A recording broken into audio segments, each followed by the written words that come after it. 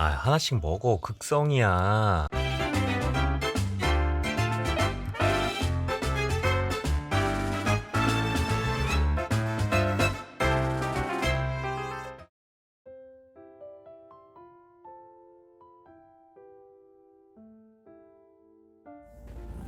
모유를 수유 중인 크리미의 모습입니다. 젖을 먹이느라 하루의 대부분을 이렇게 출산 박스 안에서 생활하고 있습니다. 크리미가 손을 자꾸 움직이는 건 허공에 꾹꾹이를 하고 있기 때문입니다. 본능적으로 가장 취약해진 시기에 집사가 곁에서 지켜봐 준다는 게 큰 안정감을 주기 때문이죠. 사실 검증된 이야기가 있는 건 아니고 그냥 제 생각입니다. 젖 물리는 게 힘에 붙이면 이렇게 개고흡을 하기도 합니다.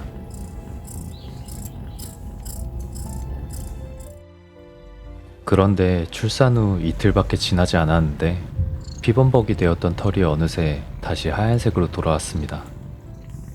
제가 시킨 거 아니고요. 크리미가 혼자 이틀 밤낮을 그루밍만 하더라고요.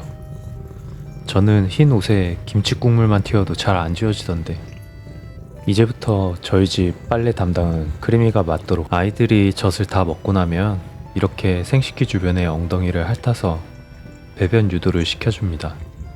핥아서 아이들의 소변과 대변을 다 먹어 치우는 거죠.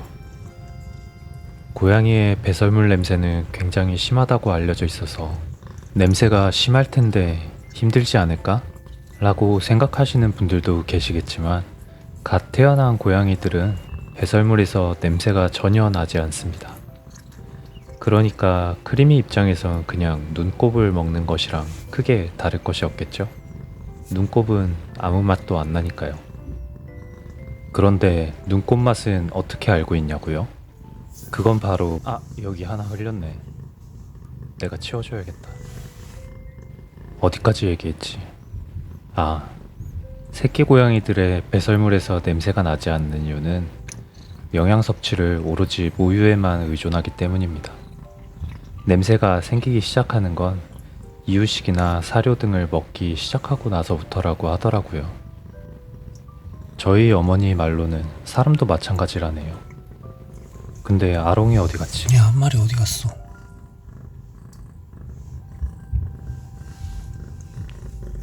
아, 여기 있구나.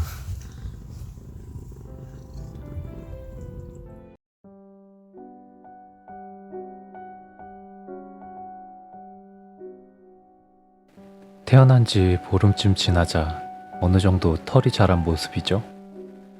이제는 눈도 뜨기 시작합니다. 물론 아직 제대로 보지는 못하지만요. 이쯤 되면 어미인 크리미도 어느 정도 출산 박스에서 벗어나 종종 밖을 돌아다니기도 합니다. 이전까진 밥을 먹으러 가거나 화장실을 갈 때에도 후다닥 빠르게 다녀와서 다시 출산 박스 안으로 돌아오곤 했었는데 말이죠. 그래도 아직 새끼 고양이들이 스스로 뭘 할 수 있는 단계는 아니고 배고프거나 뭔가가 필요할 때에는 대부분 울어서 엄마를 부릅니다. 신기하게도 아무리 미약하게 울어도 크리미가 아무리 멀리 떨어져 있어도 어미인 크리미는 새끼들의 소리를 귀신같이 알아채고 급하게 뛰어옵니다. 지금 크리미가 뭘 하고 있었던 간에 말이죠.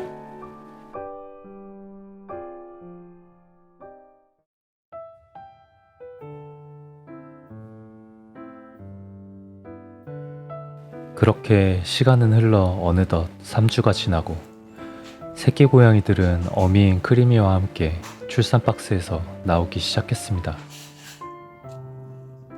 가운데에 있는 초롱이의 눈가가 젖어 있는 게 보이시나요? 중간에 헤르페스에 감염이 되어서 잔병치레가 살짝 있었습니다. 2주차에 비해 달라진 점이 있다고 한다면 젖을 먹을 때 좀 더 젖이 잘 나오는 곳을 찾아서 자기들끼리 힘싸움을 벌이기 시작했다는 겁니다. 새끼들이니까 뭐라 하지 말고 아, 하나씩 먹어. 극성이야. 조심스럽게 야, 너희 둘 자리 바꿔. 떼어내서 공평하게 젖을 물 수 있도록 합니다. 가만히 냅둬보기도 했는데 시간이 지날수록 많이 먹은 새끼 고양이만 체격이 붓고 힘이 강해져서 더 많이 먹으려고 들고, 힘이 약해서 젖을 많이 먹지 못한 새끼 고양이는 힘에서 밀려서 계속 젖을 제대로 먹지 못하더라고요. 그래서 어미의 젖을 너무 못 먹은 새끼 고양이는 이렇게 따로 붙어서 남은 젖을 짜내면서 먹습니다. 바로 이렇게 꾹꾹이를 하면서 말이죠.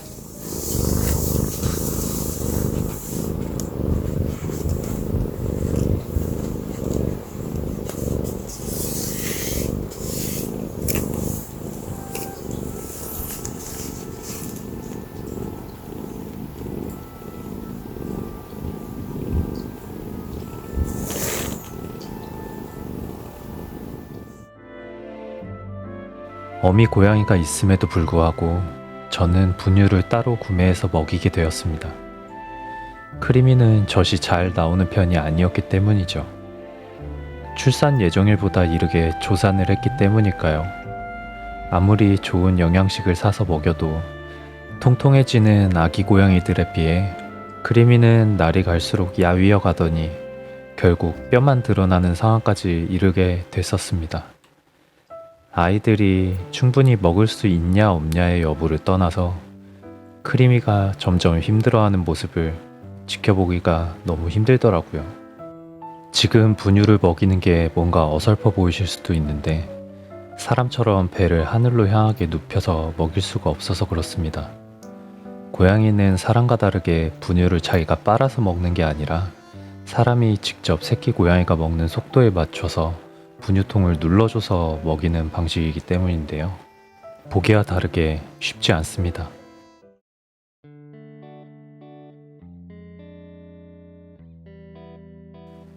(4주차부터는) 이유식도 병행해서 먹이기 시작했습니다.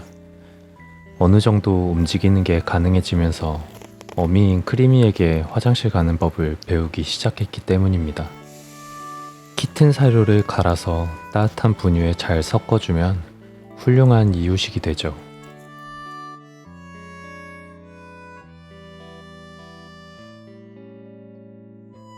(5주가) 지나고 전니가 거의 자리를 잡기 시작했습니다. 이때부터 새끼 고양이들이 슬슬 무언가를 씹고 싶어 하더라고요. 고양이의 첫 입질이 시작되는 것이죠. 이때까지도 사실 크리미의 젖을 먹으려고 하길래 가만히 냅뒀었는데 점점 크리미의 젖이 상처투성이가 되는 걸 보고 바로 사료를 시도하기 시작했습니다. 다만 그냥 주는 건 아직 먹기 힘들어하고 키튼 사료보다 더 아기 때 먹는 베이비캣 사료를 따뜻한 물에 불린 후 주면 됩니다. 물 온도에 따라 약간의 차이는 있지만 보통 30분 정도 불리면 손으로 쉽게 으깨질 정도가 됩니다. 이때 낮은 접시에 담아서 아기들에게 주면 잘 먹어요. 그렇다고 이유식만큼 잘 먹는 건 아닌데 그렇다고 이유식만 먹이기에는 현실적인 문제가 좀 있습니다. 아직 음식과의 거리 조절이 능숙하지 않아서 거의 얼굴을 접시에 받고 먹었거든요. 그래서 이유식만 먹으면 얼굴이 이유식 범벅이 되는데 제가 하루 종일 곁에 붙어서 닦아줄 여건이 안 되는 것도 있고 사료도 다 흘리고 먹기 때문에 어차피 바닥을 청소해야 되는 건 맞지만 그건 적어도 바로 닦아내지 않더라도 아이들의 위생에 직접적인 영향이 있진 않으니까요. 아니, 그릇을 먹는 게 아니고 그릇 씹는 소리 들리시나요? 저걸 크리미 젖에 대고 씹어댔으니 젖이 남아나질 않았죠. 근데 크리미가 모성애가 굉장히 강한 편인 건지 아니면 세상 엄마들은 원래 다 그런 건지 몰라도 자식들이 원하면 젖이 찢겨나가면서도 계속 젖을 물려주려고 했습니다.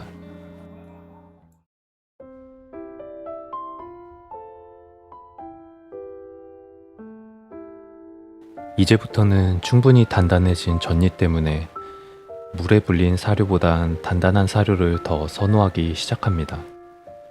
아직까지도 종종 크리미의 젖을 물려고 달려드는 어리광쟁이 아기들이지만 크리미도 이제는 마냥 받아주기보다는 힘들 땐 그냥 자비 없이 앞발로 아기들의 머리통을 내려칠 정도로는 아이들이 컸습니다. 아기 고양이들이 사료를 먹을 때 이렇게 고개를 위아래로 흔드는 이유는 사료를 씹을 턱 힘이 모자라서 그렇다고 생각하실 수도 있는데 그거 아닙니다. 1년이 훌쩍 지난 지금도 똑같이 그러거든요. 왜 그러는지 아시는 분들은 댓글에 남겨주시면 감사하겠습니다. 아기들이 먹기 불편하게 왜 그릇을 이렇게 놨냐고 물으신다면 이거 원래 크림이랑 쿠키의 밥그릇입니다. 저도 키우기 전엔 몰랐는데 다묘 과정에서 겪는 가장 큰 문제라고 하더라고요. 자기 밥그릇에 밥이 남았어도 다른 고양이의 밥그릇을 아무렇게나 차지하려고 들고, 그래서 특정 고양이가 알러지나 비만 때문에 다른 사료를 먹어야 되는 상황이 오더라도 다묘 과정에서는 독립시켜서 먹이기가 참 쉽지 않습니다. 그래도 아직까지는 사료를 제외한 다른 간식을 주기에는 좀 애매한 시기입니다. 마치 사람도 어릴 때 아기들이 초콜릿을 먹게 되면 그 이후로는 밥을 안 먹는다는 그런 개념에서 말이죠. 그래서 이 시기까지는 참치나 추르, 우유 같은 간식들은 부모 고양이들만 따로 불러서 먹이는 게 좋습니다.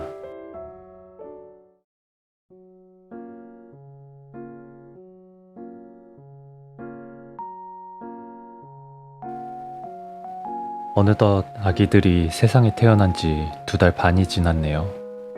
이제는 음식을 먹을 때 음식과의 거리 조절을 어느 정도 능숙하게 해낼 수 있게 됐습니다. 추루나 참치 같은 강한 향을 가진 간식은 여전히 주기 망설여졌었지만 음수량을 늘리는 개념에서의 우유는 이 시점부터 조금씩 급여하기 시작했습니다.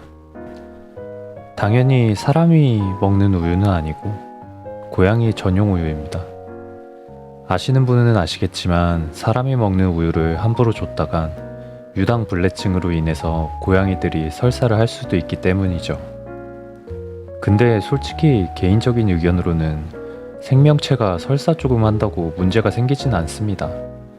인터넷이나 다른 유튜브에서 찾아보면 막 그렇게 호들갑 떨 정도로 크게 위험한 건 아니에요. 다만 설사를 하게 되면 집사인 제가 힘들어집니다. 제가 다 닦아줘야 하기 때문인데요. 단모종이라면 그 성가심이 좀 덜한데 저희 아이들은 페르시안과 렉돌이기 때문에 전부 장모종이라서 그게 그렇게 녹록지 않습니다. 근데 얘는 아까부터 왜 자꾸 빈 그릇에 가서 얼쩡대는지 모르겠네요. 우유 남은 그릇이 옆에 이렇게 잔뜩 있는데, 하여튼 이렇게 먹을 만큼 먹고 나면 각자 흩어져서 신나게 놀거나 혹은 조용히 자게 됩니다. 솔직히 새끼 고양이들은 이 시기에 가장 귀엽습니다. 실제로 그런 말이 있잖아요. 고양이는 2개월에서 3개월 차 사이에 평생 효도를 다 한다고. 보통 새끼 고양이를 입양하실 때는 특별한 일이 없다면 최소 3개월에서 6개월 정도나 되었을 때 입양을 하게 되거든요. 미국의 전문 브리더들 같은 경우엔 3개월 전에 고양이를 입양시키는 경우가 거의 없다고도 하고요. 그래서 개인적으로 저는 이런 갓 태어난 새끼 고양이들을 어떻게 케어해야 되는지에 대한 정보를 찾기가 되게 힘들었어요. 그래서 만약에 정말로 태어난 지 얼마 안 된 그런 고양이를 키우게 된 분들이 계시다면 이 영상을 보시고 조금은 도움이 되셨으면 좋겠습니다. 저는 크리미와 쿠키를 입양하기 전부터 제가 집을 비울 때 분리불안이 생길 것을 우려해서 처음부터 다묘 가정을 이루려고 했던 거였기 때문에 새끼들을 낳게 된 거지만요. 그래서 5마리가 함께 사는 지금은 아이들이 분리불안이 없냐고 물으신다면 저는 분리불안인 고양이 5마리와 함께 살고 있습니다. 애들이 저에 대한 애착이 너무 강해서 준비된 영상은 여기까지입니다. 시청해주셔서 감사합니다.